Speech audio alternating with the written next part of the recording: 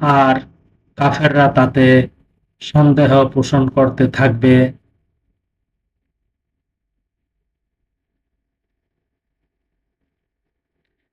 যতক্ষণ না তাদের নিকট আকস্মিকভাবে কিয়ামত আগমন করবে অথবা আসবে এক অমঙ্গল দিনের শাস্তি।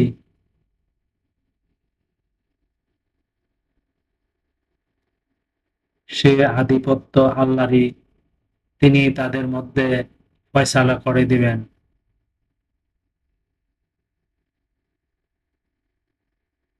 সুতরাং যারা ঈমান আনে ও নেক কাজ করে তাদের জন্য হবে সুখকর জান্নাত।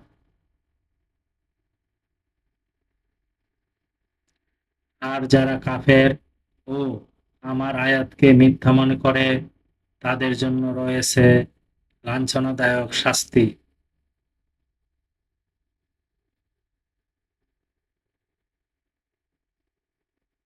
এবং যারা আল্লাহর পথে হিজরতকারী পরে আহত হয়েছে বা মারা গিয়েছে,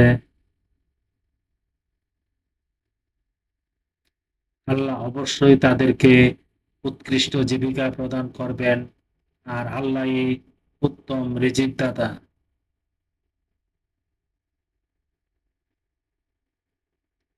আয়াত ৫৫ থেকে ৫৮, সূরা হজ, আল কুরআন।